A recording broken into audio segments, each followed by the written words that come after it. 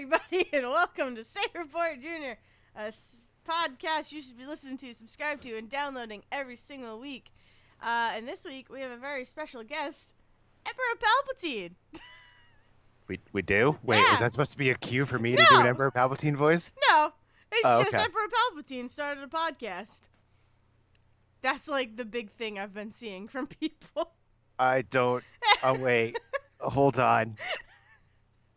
This is news to me. No, it's just like, because the opening crawl of Star Wars is like... The dead speak! Yeah, like he started broadcasting and is talking shit, pretty much. Man. So people have just been making jokes about Palpatine having a podcast. So. Oh, that's the first time I've heard that joke, and I legitimately thought you were serious. No, Like, I mean, I could do a Palpatine. It's not good. No, not. I mean, my first thought was, oh God, she wants me to do Palpatine. My second thought was, oh God, she's gonna do Palpatine. And my third thought was, oh God, she's serious. There's an actual Palpatine podcast out there. No. So. Oh God. That was the range I just went through. My Palpatine is the extent of, do it. That's it. That's it. Do it. That's pretty much it. Hello. Oh, that was well. What's a spoiler? Then we're gonna be talking about spoilers this episode. Spoiler friends. Something. Spoiler friends. We're a week out from Star Wars, and everyone's talking about it at this point. Yeah. That's another reason. That's another reason why I wanted to wait a week to talk about it, because then I don't feel bad at all. But was it? Gonna introduce yourself at all? No, Let me introduce myself. Gonna do any of that? No, probably not. Okay. I'm Dayle Decker. Welcome to the podcast. I'm Zack. Sarahwick. That was weird. I don't think do we always say our last names? Maybe we do. Yeah, we do. Wow. Okay. I think so. Yeah, we do. We always do. I don't know why. I don't know either. I don't know why it suddenly just hit me that it's a weird thing we do. Well, I think it's just in case this is like the first episode people listen to, so it's like, oh, they have our last names. I don't know. God help them. That was their introduction. We can't assume people have listened to every other episode of ours. Oh, I don't assume anyone's ever listened to an episode of this, so... You'd be surprised. You'd be surprised. I think a lot of people thought we had really great chemistry at first, and then we're like, oh, this is actually it for like 100 episodes, huh? This is this. Okay.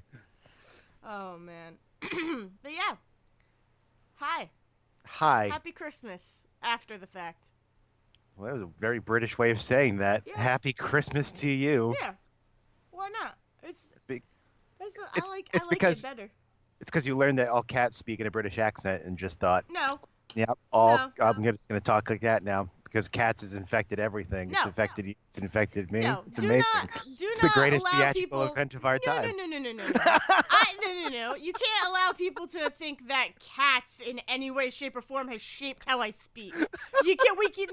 That's not allowed. No, I'm sorry. Have you at any point in your actual real life said the word Jellicle in the last week? Because if you have, it's affected your speech. Okay, it has affected that one piece of speech. But I have been saying Happy Christmas long before I saw British cats. Long before British Pokemon. Because I feel like a lot of people have started talking in an English accent because of Pokemon. I would say it was probably more Harry Potter, but you know. That's fair. Especially considering I never once thought about British Pokemon. Even when I play Sword and Shield halfway through, I remember, oh yeah, they all have British accents. That's why these sentences are written so weird sometimes. I was like, why are they skipping letters? What's going on? What is this phrase you just said? Oh, right. In a British accent, that sounds much more like a normal sentence. Yeah. It's the whole point of the game. Uh-huh. Oh my God. So, do you start with how was your week? What's going on?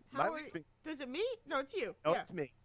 I mean, it doesn't really matter, but no, my week is great. After our last recording, I had an adventure to seeing cats and beyond, actually, now that I think about this. So after our last recording, I went to Boston with friends for the night for my friend's 30th birthday. And I decided that because I had, a few hours to kill before I really had to be up there, I would go see Cats. And I was trying to find Cats at a time around here where I could see that and then still have the hour, hour and a half to drive where I needed to go. And the only one that was available was at the Silver City Galleria, home of Round One, Yay! Regal in there. Oh, I have stories about that Regal. Ha! Yeah, I have a story about that Regal, starting with the fact that I almost couldn't find it. Oh, So I yeah, it's drove weird. up It's a weird there. location. It's because, and I noticed, I think it moved at some point because there's a very clear spot on one side of that mall that is completely decrepit, like daybreak, post-apocalyptic, decrepit looking, that was very clearly once the front of a movie theater. So, and I don't think they've really changed the signs to reflect it's not there anymore. So I circle around the mall and I come around to what I think is the movie theater side, and I look like I just drove into The Walking Dead. And I'm like, what the hell? So I park and I just start walking around the mall, and eventually you find it on like the second floor, little entrance, like it's a storefront. Yeah. But no, it's just the lobby of a movie theater. Yeah, it's great. It's probably one of my favorite like here's the thing about that Regal. Devin and I have tried to go see movies multiple times there and have never been successful. At least to my knowledge, have never been able to get past the ticket counter. Just because like either movies are sold out or the seats are shit, like cannot get into that theater. Yeah, because But- like it's there's like only 4 screens in there Yeah. or There's something gotta like that. be. There's got to And be then- a very low number. And every theater, because and every theater is set up with the reclining chairs. Yes. And so It's pick your seats. yes, it's pick your seats, and they've the reclining seats. It's all very nice. You can get a beer in there. It was great. But then I had to sit through 45 minutes of Regal trailers and commercials, Yep. which I'd oh my god. The same thing happened when we went to go see Star Wars. The one thing that's going to stop me from going to Regal on a regular basis is that like there's a clear mark of there's the trailers they have to play. Yep. And there's the trailers they want to play. So they'll play like 5 trailers and then put more commercials on and then play like 2 or 3 more trailers Yeah. Yeah. and then the movie will start. It's I feel like I've never gone to a Regal. I could be wrong, but it's always for Fathom events that we go to a Regal in The one in Swansea, yeah. in Swansea. I thought it was Seaconk. No, it's Swansea. So it's always Fathom trailers, and like in my head, that's all I can picture Regal showing ever. Is like just Fathom events trailers. That's it, and maybe and like some food commercials. Well, believe me, I saw like 4 commercials and then I saw like 6 trailers and then I saw a Google Pixel commercial and then I saw 2 more trailers. And then I saw Cats Interesting. and Star that's Wars. It was like crazy. the same setup for both of them. That's crazy. So That's I such go, a weird way to do trailers. I go, my life has changed forever, and then I leave and go to Boston. I just can't believe Cats exists in any form that it exists on screen. Oh, I And can. it's got, no. Here's the thing. A finished version of that movie, I can. The version that is on screen, I cannot believe is what we got because I am amazed by the entire production aspect of this thing. Okay. Like I'm fine with it. Like if I had gone to that movie and it was just weird and then moved on, it's like cool. That was a weird movie that's not going to make a ton of money, whatever. The fact that like 2 days later it was, oh, by the way, we're sending the finished movie out to things because we actually didn't finish the movie up to an hour before the premiere and we just sent what we had is like That's it's so ridiculous to me, cause like I don't know what would get fixed. So it's not other about than, like I don't know. right, and it's things like it's to a certain level. It's not that anything needs to get fixed per se. Yeah.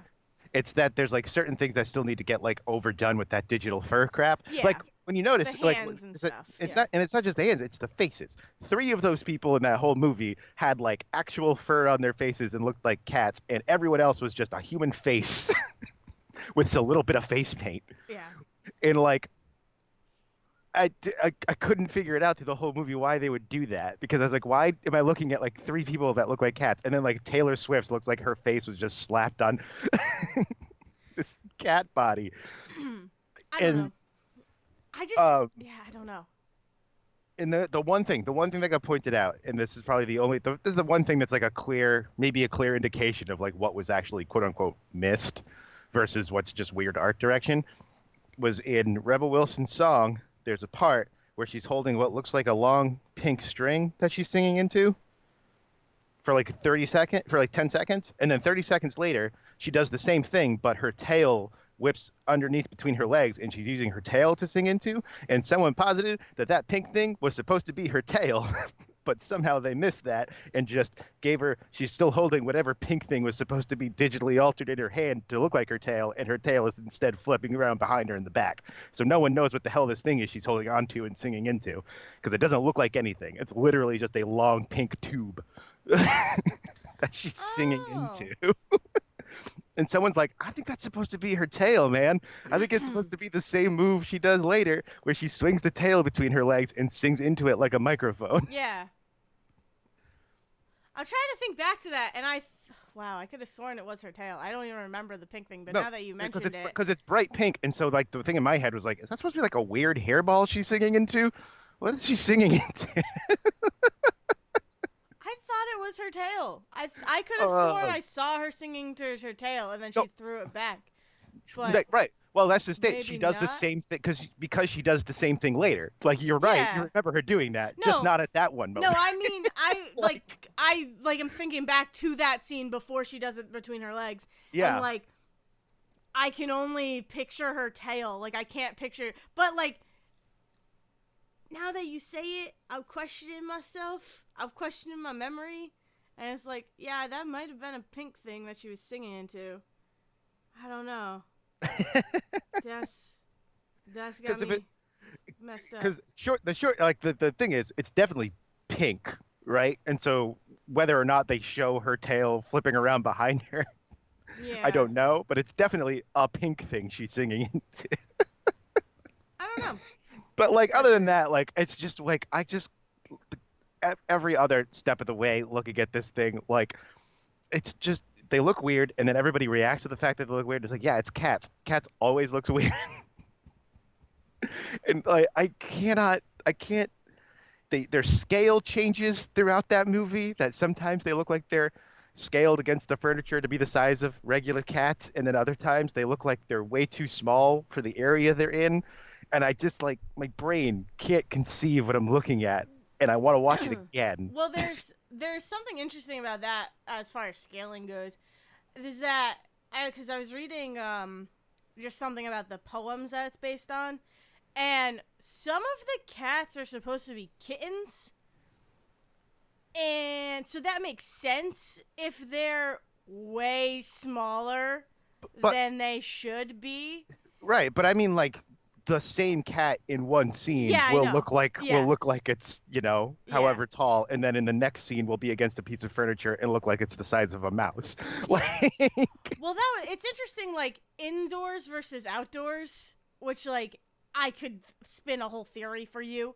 Um, but like, yeah, the whole song where they're cat burgling. mm-hmm. Yeah, Oh, you mean my they, favorite scene in the whole movie? yeah, Yes. this is a great scene. Yeah, they look way smaller than like an average cat would, but at the same time, like in that scene they look more like kitten sized than like regular cat sized.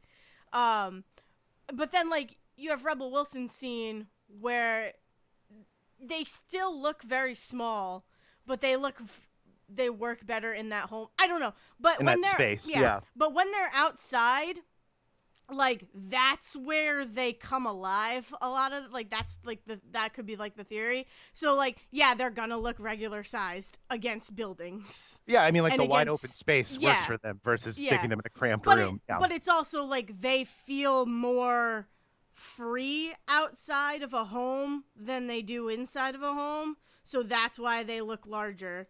because like they feel larger. Do you know what I mean? It's a Yes. crazy, ridiculous theory, but it's how I can fix that That's fine. scaling. No. Yeah, no. Headcanon whatever you need to for this movie to make it work for you people. I was watching because the other like Because like they look regular size in the when they look like people sized. I guess is how you would life size. I don't know. They look regular sized when they're actually doing the Jellicle ball, like when they're singing and well, yeah, performing. once they're inside that auditorium looks like it was made for For cats to go. It's like for like yeah, cats, like yeah. So it's like like, scaled down to cats. and that arguably is where they probably feel most at home. So they're obvious. They're You gonna. know, right before they get euthanized and sent to heaven. Yeah. Yeah, Fucking ridiculous. Oh my fucking god. ridiculous. That was the other part to this is that like I knew on a I knew on a surface level what Cats was. Series of T.S. Eliot poems that Andrew Lloyd Webber liked to put music to, and someone said you should make a musical out of it, and he said sure, and so he put it on stage. That's what Cats is. That's why there's not like a plot. That's why every song is like an introduction of a different type of cat and some sort of weird fucked up metaphor, and it's because Yeah. T.S. Eliot did it. Andrew Lloyd Webber had nothing like There's when a plot. It's just there's a plot. hidden. There's a plot. Right. It's There's a not plot. even hidden. It's really not even hidden. Well, so It's what happened just- was that series of poems was supposed to be like family poems that T.S. Eliot was putting together. So there was a bunch of them that he never made into that he never actually published. Yeah. And Andrew Lloyd Webber was doing this whole thing where he would play for people, you know, the poems, the music, and someone was like, "Hey, by the way, I have like a bunch of T.S. Eliot poems, like cat poems that he didn't publish because he thought they were like too dark for this kids book he was putting together." And so that's where the oh God, Jennifer Hudson's character, Griselda, the glamour cat poem comes from. It's Grisabelle or something. Grisabelle, yeah. Gizabelle.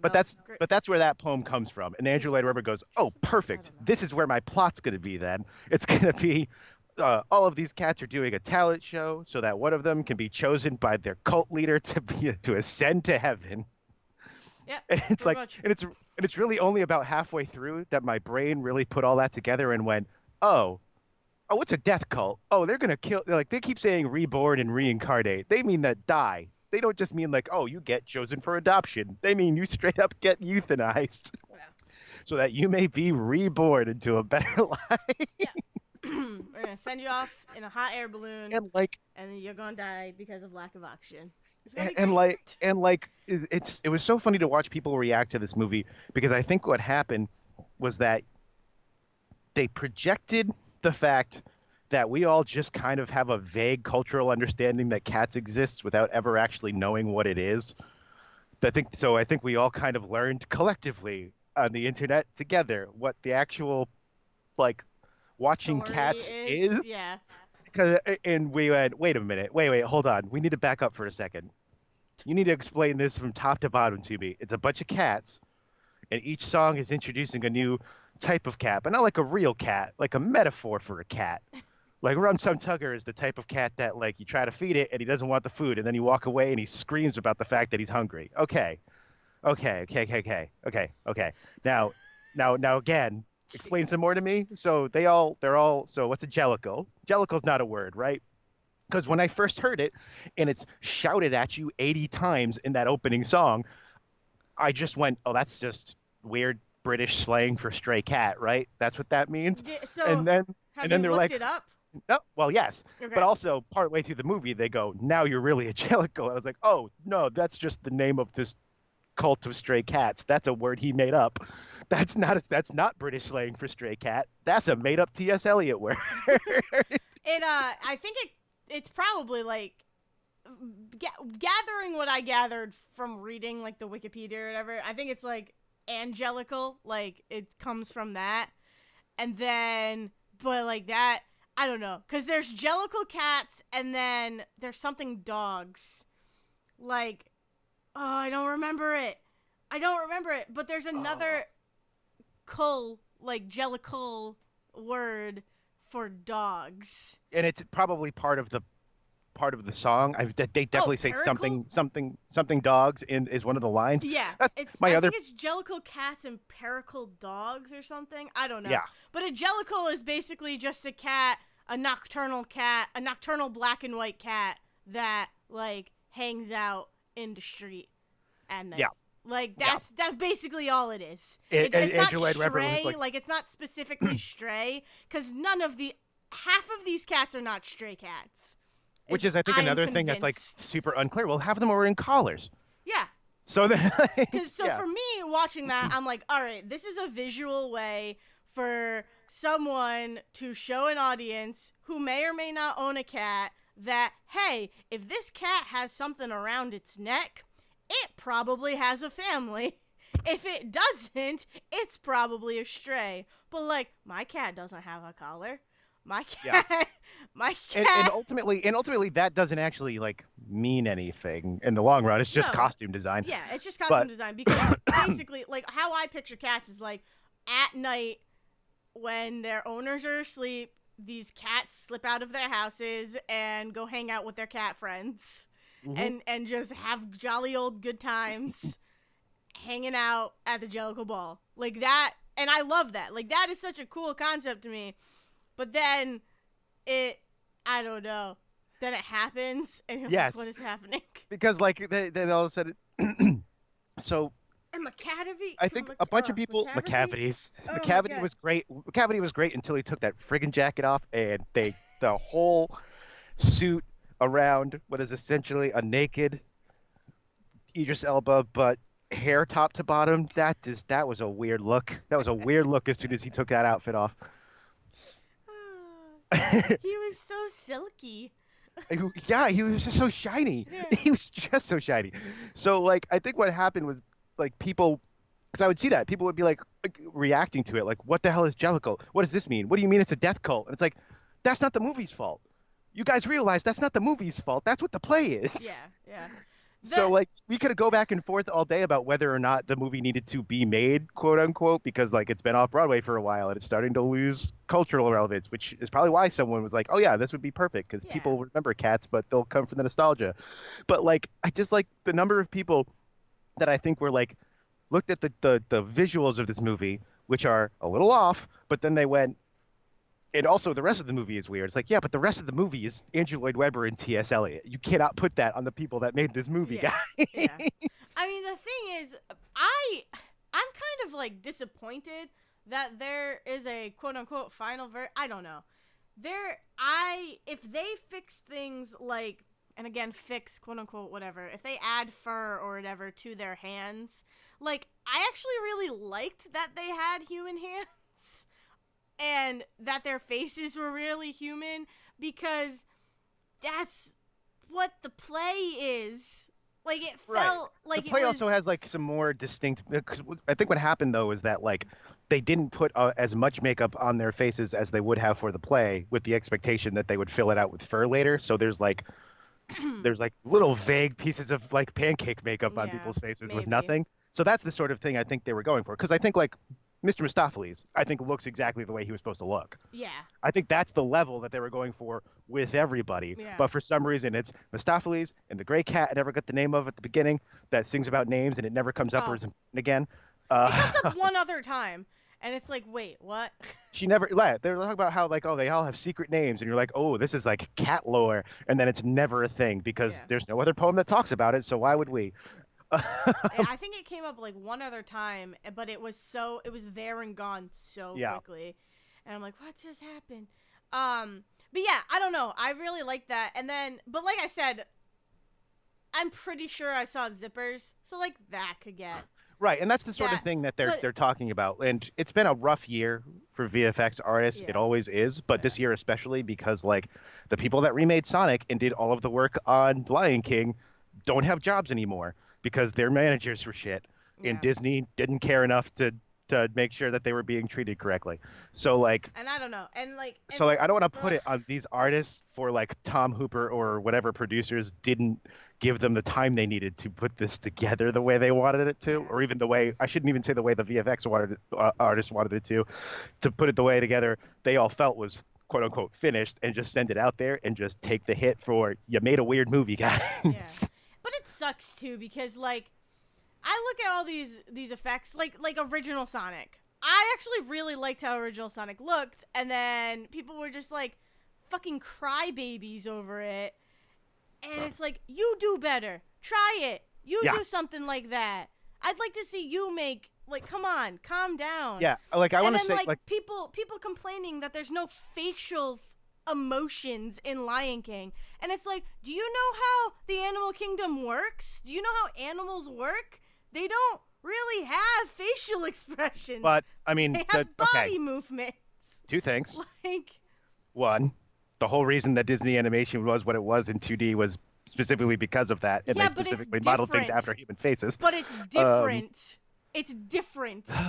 It's it's a very different beast because in animation, modeling it off after humans, yes, you have to make it have that emotion because it's a 2D animation. If you're trying to make a photorealistic movie and you're using that realism of animals, it's not going to happen. right, but I think the Like, argument was that they didn't need to make it Abu, like, photorealistic, I and don't know. also that it makes it hard to connect to them with like human emotions because you can't see human emotions. Yeah, but It's an empathy problem. It creates an empathy dissonance if you can't actually see the emotion on the thing that's making the emotion. So I you don't see know. a stoic face making emotion but not actually doing anything. It sounds weird. I don't But know. anyway, the It other part to doesn't. it is that like I don't think Ugh. I think the cat situation is different from the Sonic situation. I don't think Cats is getting an update because people complained. Cats is No, getting an no, no, update no, no. because they ran to the wire and then they didn't Yeah. finish it. But I'm So just like talking. I'm talking like people just complaining about how stupid it looks, and it's like, it like, but it still looks better than like anything else. I don't know. It still looks good. It's just weird to look at for some people. It still looks pretty cool. There's still some really cool stuff going on there. the weirdness throughout it is consistent. Yeah. That's what I would say. It took I'm going to say the same thing I said about Lion King. They made choices and they leaned into and stuck with those choices throughout. Regardless of how I feel about them, as far as anything else goes, that was just that getting away from that as fast as possible. But like what it all comes down to is that they made a specific artistic consistency choice with this movie and they stuck to it. And I will respect that more than anything else. I will get drunk and watch this movie once a year if I have to give it make it back its money. But uh so then I went to then I went to Boston. Did I lose you? No, I'm here. I'm Oh, listening. okay. I'm listening to you talk. So then I went to Boston. We rented an Airbnb. It was nice. It was Yeah. completely coated and nice. We almost died going up and down the stairs all day. Jesus. Um, we were supposed to have 6 people and 1 car in the driveway. There were 8 of us, and we squeezed 3 people in that driveway. We squeezed 3 cars in that driveway overnight. Um, but went, saw a Celtics game. Never been to TD Garden before, I Oh, don't that's think. cool. So it was nice. We were at the very, very top, second to last row. Still saw everything. And the best thing that happened while we were there is that halfway through the game, people started screaming about tacos for some reason, and I was like, "What the hell's going on?" Because I don't know anything about basketball. It turns out that Taco Fall is a rookie they just got, who's 7.5 feet tall, and they really wanted to see him play because he hadn't played yet this season. Yeah. And he did. He showed up. He stands up, and from the mile up where I am and looking down, I still see this man stand up and tower over all of the other people around him. He walked next to a net, and the net was like brushing the top of his head while he was just standing under it. That's crazy. That's awesome. Oh man! And every time they go, like, not a, I mean, it's a lot of human being. He was not a fast man. So every time the thing would switch sides, he would just like slowly turn around and just kind of jog across over to what else was going on. And then he just put his hands up and no one could get past him. And then all of a sudden he gets the ball and turns around and just like flips his wrists and dunks it. Oh my god. That's awesome. Then he conducted the Boston Pops. So it was great. That's cool. That's So fun, that was though. my night. That was a cool night. Boston was fun. I slept. So the whole it was like the whole first floor of this duplex, Yeah. and so I was like I was in this like little basement room. Had a very weird door into the rest of the cellar that we kept locked, and I tried to not think about because God knows what's down there, and also had a Harry Potter cupboard under the Oh. stairs. Did you look in And there? so, Was there a little oh kid? yeah, no, it was just like a little box. It wasn't like it wasn't big or anything. But the tallest of my friends decided he was going to try and squeeze himself in there. And then I turn around and he's sticking about halfway out and he just makes the worst noise you could make as he's like emerging from Oh underneath my these god. stairs, like the fucking grudge. Yeah, just Oh my like god. Ridiculous. so that was my night in Boston. Nice. That's That's largely fun. what I've done this week. I mean, I've done some other things. I've played some games, I've been watching stuff, but we can get back to that in a little bit. How have you been? I've been good. It was a good week. I saw some movies. I talked about this last episode, but I saw Queen and Slim, and then I saw Star Wars on the same day, and saw Cats, which we just talked At length at, about. We're done with Cats. at Cats is length done. about. Oh my god. Um, and then what else did I see? Oh, I saw Bombshell, and I saw for the first time ever The Bishop's Wife, which is just like an older like not Hugh Grant, Cary Grant. Cary Grant? Yeah. That sounds right. Wow. Bad. Bad. Is it? Bad. Yeah. It's bad. It's bad that I couldn't think of his name. But yeah, that was like an older movie from like the 40s, and that movie is incredible and weird. It's about Cary Grant is an angel, and he Oh, comes down. we watched this too. Did you? Yes, it was on while we were opening presents on Christmas Eve. Yeah. Yes. It's a weird movie, but let me tell you something about that movie. You want to talk about fucking special effects? Incredible. The effects for this 40s movie was incredible. And like it just makes you appreciate special effects so much because like he does angelly magic, and it's like the way they had to do it then is just, it's cool to think of. And there's a whole ice skating scene, which I don't know if you watched that scene. I don't know if you got there. Because it turned on, and what my father said was, "Oh, it's the worst scene in the whole movie." Oh, what? Because yeah. It's such a good scene. I love that scene. I think what bothers him is that, especially these days with like high def, you can Yeah. very clearly see it's not Cary Oh, Grant, of it's the course. woman doing the ice skating. Yeah, of course it's not. It's very, very. There's a scene where Cary Grant is playing the harp, and it's shot in such a way where it's his face behind the strings, right? So the strings are in the forefront. He is behind the strings, and then his hands are going, but his hands do not match his face. No, his arms purposely dip below screen so that someone else Yeah. can reach up from underneath, Yeah. like a fucking Well, Muppet. it's like from back.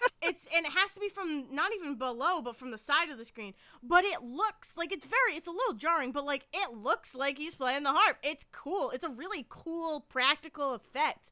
Well, it could have, I would say practical effect. It had to have been. Yeah. Human So, beings like- touching things is in practical effect. No, I mean like having him behind it and all that. Oh, it yes. looked at almost as if like they had just an image and then overlaid it with the harp playing, but that would have probably been, I don't know. Because of the Probably the timeline, yes. Because of the Yeah. timeline, I'm gonna guess it was just him on a box behind someone else. Yeah, as they, like exactly. reached up. Yeah. Exactly. But the ice skating scene is just so mesmerizing. It's just such a cool scene. And yeah, but they have to film it in such a way, like with shadows and darkness, but you still see the beauty and grace of their skating, and it's like, oh my god. Like, I don't know. It's just such a cool visual movie in a lot of ways. And the scene, he keeps filling a sherry bottle, or sherry, like glasses that are filled with sherry after someone finishes theirs, and he fills it, and then he finally fills the bottle, and then the bottle never empties after that. And it's just like, that is such a cool, like, it's so cool to see that in a movie from the 40s, like, and to think of how you actually did that.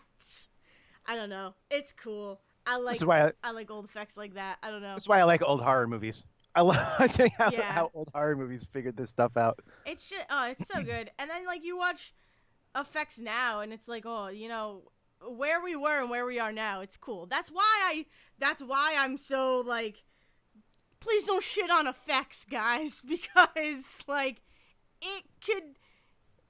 We've come a long way. Like effects are just there to help, help your imagination and help be there with it. You Yeah. know, The it's fact is, just like the cat's digital fur technology will be used for something like in a year or two that will be like yeah. super beloved, and we're all gonna be like, God damn it, yeah, it was cats. Cats is the reason we have Cats this. is the reason we have this, yeah. And people will be like, oh yeah, but it still looked like shit. Like look at this one. And it's like, yeah, but you gotta remember where it came from. In Like the it's original still, in it's the still original good. Terminator, Arnold Schwarzenegger is looking in a mirror at what is very clearly a paper mache version of his Yeah. head so that they can do a reflection of him taking skin off of his Yep. metal face. Yeah. And And it's no one ever is like, "Oh yeah, Terminator looks like shit." yeah. Ugh. That's good.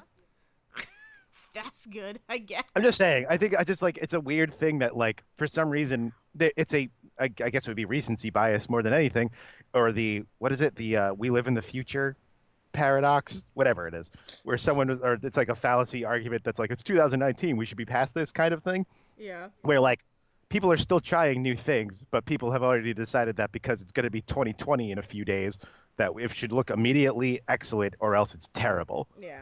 And like we don't give people the same like freedom to try new things and like make things that don't quite work because like that's the only way to get the things to work is to throw stuff out there that doesn't quite work until you figure it out. Yeah. You gotta do trial and error, and Yes. that's what it's all about. And I don't know. Um, but yeah, Star Wars was great. I freaking love Star Wars. I loved every second of Star Wars. I like the second half more than the first. Okay. I like the second half more than the first. I think, I'm going to nitpick this, not today. In general, this is me just being general about my feelings about the movie, because just to not worry you that I'm about to go off for another hour on something. Um, I'm going to nitpick this the way that I do Return of the Jedi, which is like, oh, here's a bunch of stuff that almost works for me, and I bet if it just did this, this, and this, I think it would be phenomenally better. I think I'm going to do that with Rise of Skywalker for the rest of my life. And I think what I'm going to do is hold off on most of that until like it comes out and I can watch it as the trilogy and stuff and like see how I feel, or even as like the grand like 9 film thing. But I also said this recently on Twitter because people were like, "Oh, we have to rank the Star Wars movies now." You don't. But what I said was, "Here's my rankings."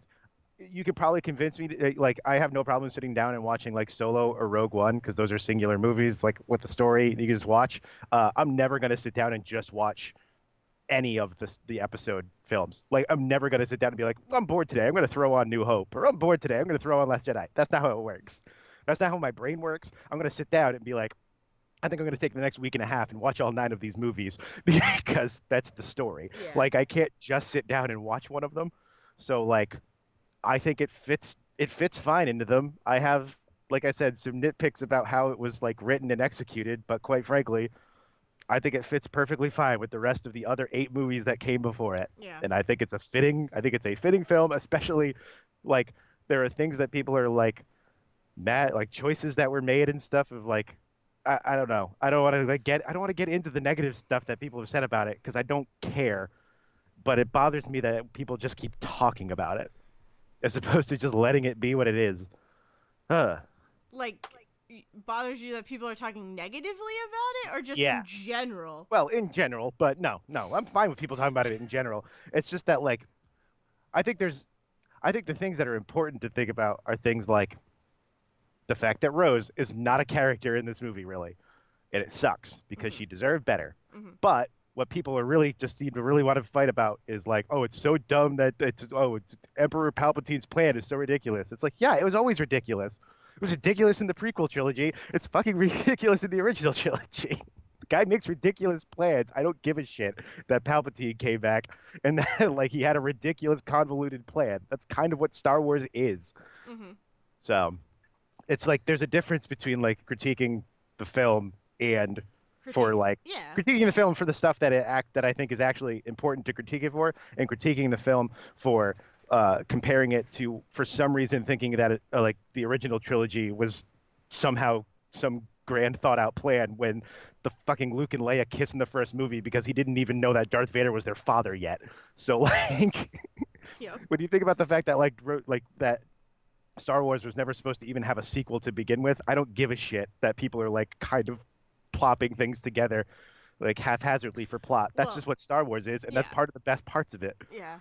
Yeah, I mean, it's a weird thing because you got to consider like Star Wars fans are some of the like, and I say this lately. I don't know. It's like it's hard. It's like with Marvel fans, like diehard Marvel fans. It's hard to have conversations with them, and that's fine. Like if you love what you love, that's cool. I'm happy for you, but it doesn't change the fact that it is hard to have a conversation with some diehard Star Wars fans. Like it's good.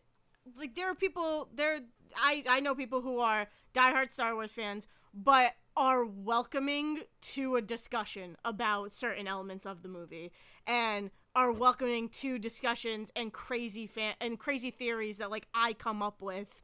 And it's like they clearly they love Star Wars through and through and are okay having ridiculous conversations because they know that it's just a fun thing and that they're not you know what I'm trying to get at. Yes, no, Yeah, okay. absolutely, They because like it happens in every fandom. Star Trek is yeah, just as bad, believe me. yeah.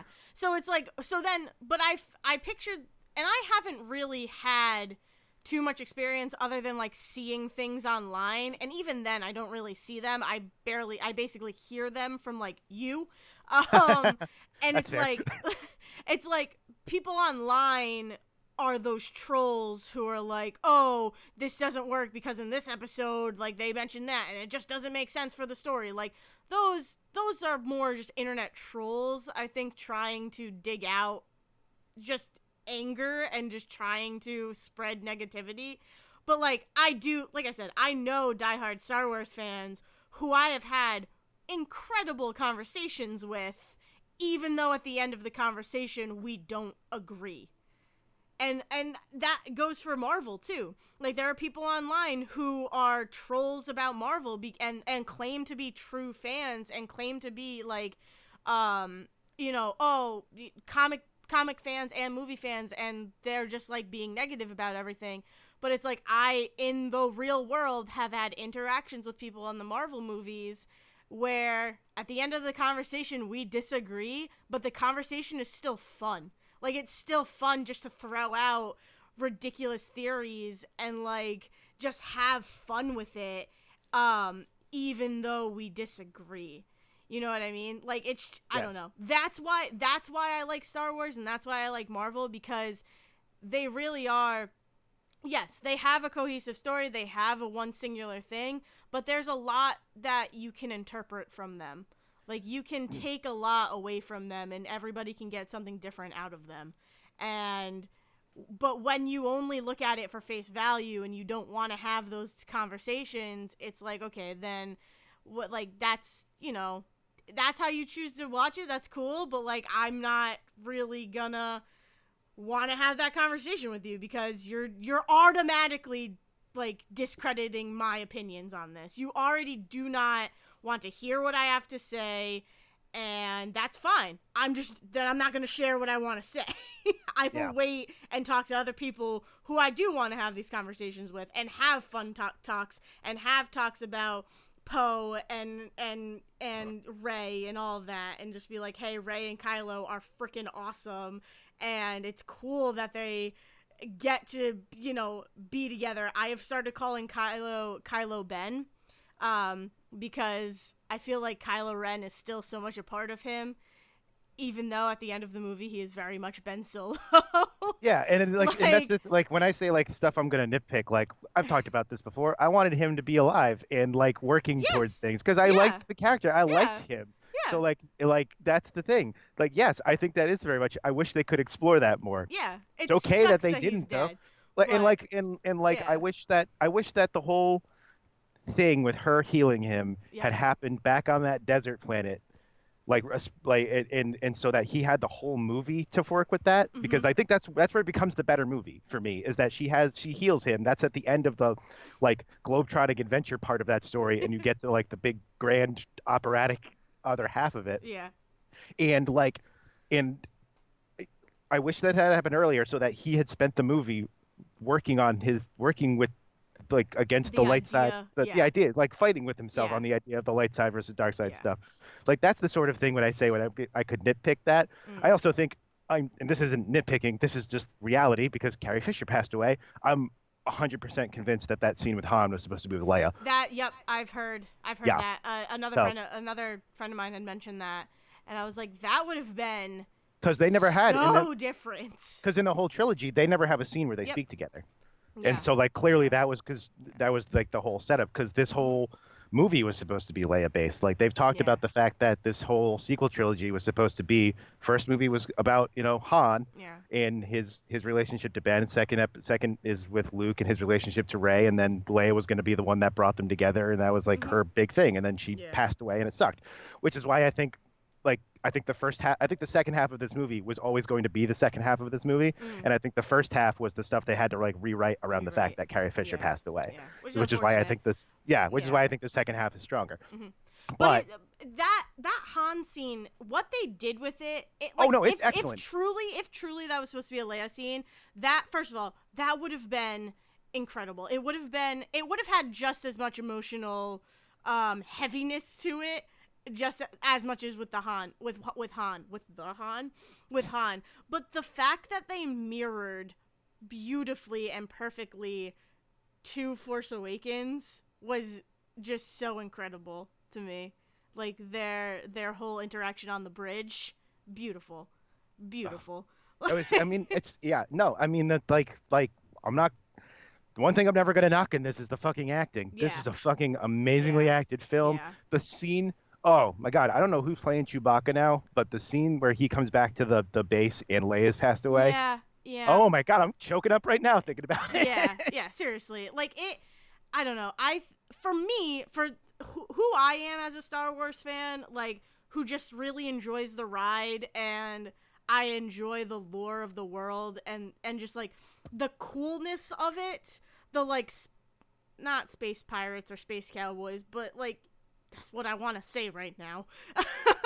But that whole like we are it's just it's so I mean I would say cowboys because a lot of Star Wars comes from westerns, and like I made a whole argument of how the first trilogy is basically, or just the first movie is basically just the Searchers. John I mean, Ford's The Searchers. first movie's a Like, lot of things because it's yeah. very purposely a very basic story with Oh, very pretty yeah. stuff put on top of it. Yeah. But You it's would, like, by the way, you got The Mandalorian yeah, I ended gotta today. watch it. I have I Watch have an it. episode and a half left, but like that Western vibe, like you're talking Oh, about, yeah. that's a big Yeah. Western vibe in that show. But like even I mean, it's just for who I am as a Star Wars fan, this was a perfect kind of ending because it had all of the emotions that I needed to feel for these characters. And it just had so many heavy moments that were like kind of needed in order to get closure. I guess that's how I would describe it. I don't know, but it does yeah, of course it makes me sad that Kylo Ben is dead. Like it makes me really sad because I would like to see him and Rey, their bond, like form and get stronger, and for them to become like the two most powerful people in the world. But it's also a matter of like it's okay that he's gone because what he did meant something I would say to the for me, success of the rebels. Like it yeah, just it means a lot. Like his death was not in vain. Like his death was not for nothing. He is still a very important character, and now Rey can go forward and become this powerful person who she's already powerful, but like she can yeah, become even I more would, so. and I would say that like for me personally, I think I like Ben's like sacrifice story better than Vader's, to be Oh totally yeah, honest. yeah, Like going yeah, back to Return of the Jedi, I feel like that was like very much just like, oh yeah, by the way, here's the end of the movie now where yeah, Vader's gonna yeah, sacrifice yeah. himself. Like Ben's felt better. I wish like his fight with the Knights of Ren is cool, and I wish they'd done So more good, through the movie so because they were freaking like good. such coolly designed. Yeah, But like that was great moment when she hands him the lightsaber. Yep. That is my favorite part of the of this movie is their freaking psychic connection or force connection, whatever you want to call it. Is just like that scene where they're on the planet where we find out Poe was a smuggler and all that. I can't remember. I don't remember the Kimura or name Jar of or it. something. It started with a K. Yeah. I don't remember. I think Devin just said it the other day, and I don't remember it. But like that fight scene With Felicity. Where Felicity's there. that fight scene is so incredible because like with the berries falling into the quarters and then Vader's helmet falling into onto the actual planet, like just the connection between them and the fact that they can occupy the same fucking space without being in the same space is so cool to me. And then when she drops the saber to him and he just does that very like coy yeah, fuck with me, like let's go. I'm going to say the pettiest thing I'll say in this episode, and then we can move on. Ryan Johnson says you're welcome, because he's the one that put that in Last Jedi. Yeah. Oh, that I they mean, had that connection to begin with. no, I know that's fine. I know that's the part of the Last Jedi you like, so it's Yeah, fine. exactly. Like those are the moments in Last Jedi that I will watch over and over and over again, and it's parts that people complain about. But here's the thing: this movie makes me want to watch Last Jedi again because I feel like a lot of problems I had in Last Jedi get fixed, and having the knowledge from Rise of Skywalker watching Last Jedi I think will make it better. Like the fact that Leia was training to be a Jedi, Yes, and that was the thing. totally fixes her freaking Jesus moment. Well, see, and a big problem and a big thing with that, like that's not a thing that I think I've heard anybody complain about, and that's fine. A thing with that is this is a larger problem with. It's not even. I mean, I don't know if I would blame Disney and Lucasfilm or who I blame for this, but they have a lot of stuff that they're doing supplementally now. Like there's like 4 books that have come out since the last movie. And so the idea that she was training as a Jedi and then turned away so that she could run the Resistance Yep. had come up before in at least one of the books. Yeah. And so like that was not a thing that was unknown to people who were doing that. It's just that like because it wasn't said in the movie, it's jarring to some people. Yeah. But I thought it was fine. I thought it was excellent. I was like, yeah, no, that makes total sense that she would do that. Yeah. So like yeah. But it does. It makes me appreciate Last Jedi more than I did. Yeah. And it I makes mean, me want to watch it again, which is good. I think yeah, that's and it does good. like the one retcon I don't like, and this again another thing like I'll go back and forth about this forever. The reveal that she's Palpatine's granddaughter Yeah. was I knew that he was going to do something like that. I knew he was going to do something to the whole your parents are no one thing because that's Yeah. what J.J. Abrams does. The fact that it was Palpatine was surprising, so I appreciated that at least. Yeah. But I loved it. it's fine. But what bothers me is this. Yeah. What bothers me is this. She's already trying to do the whole I connect to the previous generations of Jedi thing. Mhm. So I wish that had been the thing, like not that she's powerful because Palpatine is her grandfather. I think that's the thing that a lot of people, because that's the thing a lot of people really liked about The Last Jedi was that, oh, they're finally saying you don't have to have like it's not space eugenics that makes you a powerful force wielder. Yeah. It's that anybody can have the force and like anybody can connect to it, and it's about training, and some people are like more sensitive than others and all that, which is a thing that has come up 1,000 times in all of the canon that Disney exploded. It was like part of like the video games and stuff that I had played. So when that came out, I was like, yeah, of course. It's always been that way. It's never been that like, yes, if you have powerful force sensitive parents, you're probably going to be powerful too, but anybody can connect to it. Yeah. And I liked that the movies were like finally like, yeah, and here's the person that's going to end the war is someone who doesn't even come from one of those families. And so for them to be like, oh no, you're a Palpatine is like, nah, well, there's the thing. I knew you were going to do that. It doesn't bother me as much like, but what it does is again going back to the other like part of that with like Kylo Ren fighting with the light side is that it's clearly put in there so that we can have all this conversation about Rey fighting off the dark side that's in her now, and she knows it's from her because of Palpatine. Yeah.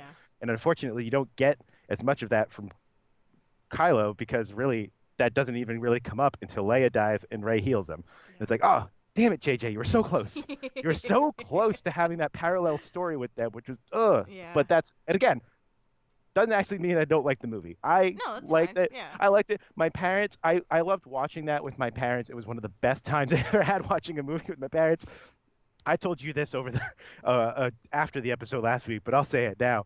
My father hates the Ewoks. He hates the Ewoks like crazy. And we're sitting at home, and the first thing he says to me is, "As long as it's not Ewoks, I'll like this movie." And so we're in the movie, and the first thing they say is, "Oh yeah, we have to go to the Endor system," and everyone, everyone in my family takes in a breath, and then my mother leans over and she's like, "You think he's squeezing my hand?" He's like, "Yeah, I heard Endor. I heard it. Get it. Cool." And then the shot at the end of the movie where they go over Wicket. And my mother's just like, "He's squeezing my hand again. He's squeezing my hand again." Oh my god. That's so funny. That's incredible. Oh man. I was so funny. Like, we had to put one thing in there. I had one thing in there to Yeah. dig at him. Yeah. Oh. I want to share one quick, one story about it. Is that so? At the end, so I'm very happy that Rey has a yellow saber. Very, Yes. Oh very, my very, God. very, Yes. very, very, very ecstatic about that. It makes me so happy. I love it. To the fact that when it happens, Devin and I are the only two people in the theater, because Devin's also wanted it to happen as well. We are the only two people in the theater who really have a reaction to it and, like, scream and, like, pump our fists up in the air in victory. And, like, the rest of the theater is just kind of silent. And so at the end, credits are rolling. The guy who's sitting next to me leans over. He goes, What was the significance of the saber at the end?" Ah. And I was like, "Oh my god, I am not the person to be like, I am not. I totally just gave this air that I am more of a Star Wars person than I actually am. But, like, oh my god, I am not. I don't know how to answer that for you." Yeah. But And then, I'm like, "Do you mean So I, like, paused and I totally froze. Like, I did not know how to answer him because I'm like, "Do you mean, like, why does she have it? Do you mean, why is it yellow? What do you, like," I'm trying to think of, like, what he could mean. And I'm like, so do you mean, are you asking me why it's yellow?"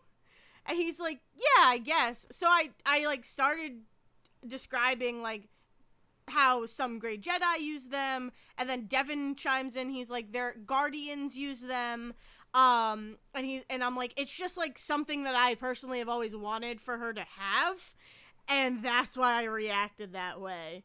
And so he was like, "Oh, okay," and I'm like, "But, like, she has it. Like, she made her, like, she made her own saber. She is fully now a Jedi. Like, she has come to her own." Now as a Jedi. She's always been a Jedi, but you know what I mean. Like, symbolically, she has her own saber and all that. He's like, "Okay, cool." And then, like, came home and we were doing research, and it's like, it's even more so that, like, there's a class or faction, Yes. I guess, like, of Yep. Sentinels. Yes, that comes from Knights of the Old Republic. Yeah. It's my favorite video game. Yes. Yeah, and it's like, okay, so I wish I had that knowledge to tell that Right. guy who asked me, but it's like, yeah, Sentinels use them. They're usually double-bladed and are bow staffs. Basically bow staffs, but they're a guard. Like, it is a Sentinel guard of Jedi that use yellow sabers. Right. And So they, like, walk the path between consigliers and guardians, which is diplomacy and fighting. So it's Right, just, like, it's- this cool freaking thing that I'm so happy about. yeah, and it's unfortunate, like, and that's what I mean when I say, like, it's the sort of thing that it was. J.J. Abrams is very clearly a Star Wars fan, always has been, and so I think that, like, if a lot of the stuff comes down to, like, assumption, like, oh yeah, you know what this means because it's cool, Yeah. and so, like, I think that that's the sort of thing that, like, if you know the supplementary material, that scene is really important, and then if you don't, was never really explained in the movies. Like, I don't think it's ever really explained in the movies that you go, that part of the, like, Jedi ritual is that you go and make your own lightsaber. Yep. That's all from, like, Clone Wars and, like, books and comics and stuff. That's an important part of the Jedi journey. I just So, know like, that from, like, osmosis through society. Like, I've just, like, known that. Like, I'm yeah, like, yeah, that and makes like sense. Knights, Usually and Knights of the give Old a damn. Republic is really the one that explained that, because that part of that whole say like part of that whole game is it takes place 300 years before any of this, and so like the Jedi Order is like profoundly bigger, and so like the idea that you could go to a place and join up with a Jedi group and they'll train you as a master with the master and Padawan situation, and like, okay, now go make your lightsaber. That's the next Yeah. important part, and all that. That's all of that game, and so like, yeah, I see the yellow. I go, "Oh, she's the balance because it's green. Green is the diplomats. Mm-hmm. Blue are the soldiers, and the guardian, the sentinels are right in the middle Yep. with the yellow that Yeah. try to balance both because she's the only one left. There's no dark side or light side anymore. It's Yep. just Rey. She has to balance everything in the middle. And it's like It's incredible. It's beautiful. And like I wish I could like get that out to him. And I just like I froze. It was so funny. I'm like, oh god, I'm so sorry. also It's like so funny. also the fact that she took Luke and Leia's last name, I was also not surprised by, but exactly what I wanted. Oh, Like yeah. the second that the title came up, that the when they announced the title of it, I was like, okay, one of two things. This is either a movie about Kylo's redemption, it's that, or it's a movie where at the end of it, Rey adopts the name of Skywalker because she's the only one left. Hey, guess what? It's both. I was expecting like I'm fine with it. I'm happy I'm happy it's not through blood. I'm happy as her chosen path. Like that's cool to me. But there's like it could have been one of three names and I think I would have been equally happy with all three. And cuz it could have been Skywalker, Palpatine or Solo. And each one means something in its own right. Like Right, because even like Palpatine is like, I'm fucking reclaiming it. That's yes, no and longer I'm a name going to be to feared own- in this galaxy. Exactly. Like I am going to fix this name because like I finally know who I am. And then like Solo would have been nice because of, you know, her and Kylo. It gives him marriage sort of idea. I guess. I don't know. It would have been cool. But also like Han very much took her. Like it would mean something for her to take like Ben Solo, but it's also like Han was like one of her first parental figures, I would say. Yeah, that's the thing. She's Not got to- three. The not thing to is, make it she ends up weird, with three. but, Well, at least yeah. she ends up with three parents. Yeah. Because Luke, Leia, and Han all end up Yeah. doing something significant for her Yeah. in the long run. Yeah. And so, So yeah. But so like that would have been cool too. But or if she was just like it's just Rey. Like if she didn't want a last name, like that would have been heavy too. That would have been great. But the fact that it's Skywalker is cool. I'm okay with it. My name is like- Rey Owen Baru, and I. God. One of the trivia pieces for it is like the last word uttered in the whole Skywalker story is Skywalker. And I'm like, that's a good piece of trivia. Like, that's cool. Oh man. Real quick before we end the episode, I want to share about my adventure yesterday, because Devin had the day off, and we did like a very like big. I feel like I drove all over creation yesterday, because we started in like Massachusetts, we went down to Connecticut, and then ended at home. Like, I mean, that's really not all of creation, but you know, it felt like I was driving. When you live in Rhode Island, it feels Yeah. like all of creation. No, not even like not even that. It's I gotta just drive an hour and a half somewhere. What are you talking about? No. Oh my god. That is like beautiful to me. I freaking love traveling and love driving, so like an hour and a half is nothing. It's so funny when I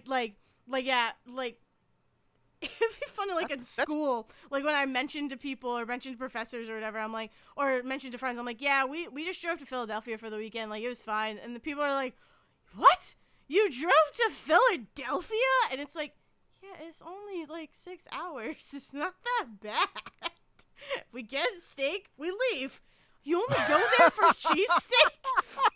It's like, you only go there for sandwiches? It's like when I would drive 3 hours to El Paso, I see an hour and a half movie, and then I drive 3 hours back. You know, it's just what you have to It's do what sometimes. you do. Like, it's so funny. But yesterday, so we were driving, like, it was a very big, nice, good, but we started at round one. Like, we went to round one, and we got there, we tried to get there right when they opened, but, so we get there, and no one is in there. There's no one in the place. There's maybe like 2 workers on, and we tried to get game cards, and one of the workers was just on the phone, never acknowledged us, and we were trying to get to a Frozen, a showing of Frozen at 11:20, Frozen 2 at 11:20. So I'm like, keep looking at the watch. I'm like, it's getting to the point where it's not even worth it for us to pay for our hour of games. Like, we should just go. Like, never acknowledged us. Never, like, came over, said, sorry, we're having technical difficulties. I'll be right with you. Like, nothing. Never. So we were like, okay, we're just going to move on then. It's no problem. Like, we'll come back. We'll be back to round 1. It's just we're trying to get to a movie. So then Devin proceeded to play a video game that always has a free credit in it, and was able to get further than he ever could. So that was cool. So we did get something out of, well, we got something out of round 1. But then on our way to try to go to Frozen, the GameStop in Silver City Galleria is closing.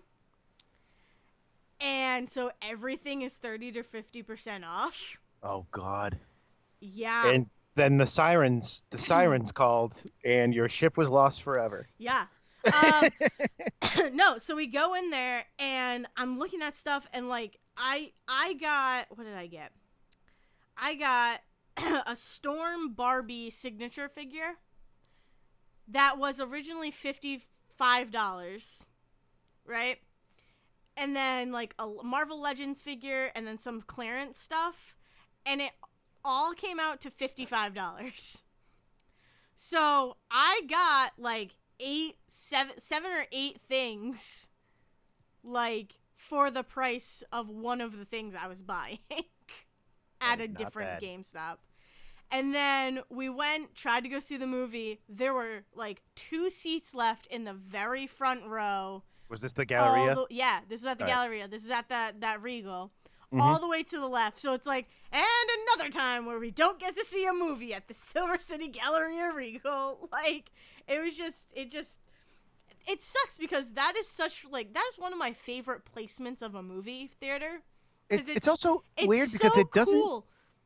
It doesn't seem like it would fill up like that. Like, I know it's a small space, but it doesn't, like, the mall is like half dead because people don't go to it. Yeah. So the fact that the movie theater still fills up, which is good, like, that makes me happy. Because it's like, okay, cool, people are going to the theater. But, like, yeah, every single time we've gone, it's like no seats. Or no good seats. Like almost always, it's always front row seats. And it's like, I did the second row. I did the second row at Cats thinking it was not going to be as cramped as it was. Yeah. I should have done 3rd or 4th. Yeah, but it was crazy. But yeah, so it's cool. Like, and then Hot Topic was having a sale, so I got a bunch of shit there. Like, all of these stores in the Silver City Galleria are closing, and it's kind of sad. But, you know, it works out for people. Because, like, then we went back to the GameStop, and I got Pokemon Y and Pokemon Omega Ruby for $35, which is the price of one of those games. On, like, the eShop, definitely, yeah. Or even pre-owned. Like, even if you go to a GameStop pre-owned, like, it's $35. Both of them are pre-owned, but, like, it's fine. Like, it's ridiculous. The amount of things, it's so sad. So if you find a closing GameStop, freaking go in, because you will make out like a bandit. That's it. That's good to know, because they are slowly dying, so we'll really see more of those. It's kind of depressing, but, you know, whatever. Ow, I just punched the mic. But that's it. That's all I got. I think I'm good. I'm good, too. I'm going to have probably more stuff to talk about next week after I've played through some games I bought, but I'll hold off on those. Real quick, Bombshell is a really good movie. It just is hard to watch. That's all I understand. Have. Yeah. No, that's completely understandable. Yeah. But yeah, that's all I got. This has been. Do I end it? This has been Say Report Jr. Sure. This has been Say Report Jr., a podcast you should listen to, subscribe to, and download every single week. You can find us almost anywhere on the internets. We are on Apple Podcasts. We're on Spotify. If you search for us, we're on all of your podcast apps, whatever. You can find us on YouTube by searching Say Report Jr., and you can find us on Twitter by searching at Say Report Jr., and you can find both of us individually. I am at Dale's Brain. And I am at Zerwisky. Let's all go get ice cream. Yay! Take it away. Take it away, Liz. Thank you for listening to The Say Report with your hosts Dale Decker and Zach Sarowick. Please follow the guys on Twitter and Facebook by searching for The Say Report, and you can always subscribe on your podcast channel so this is delivered straight to you and you can enjoy it every week. With apologies to your mother, we'll see you next time.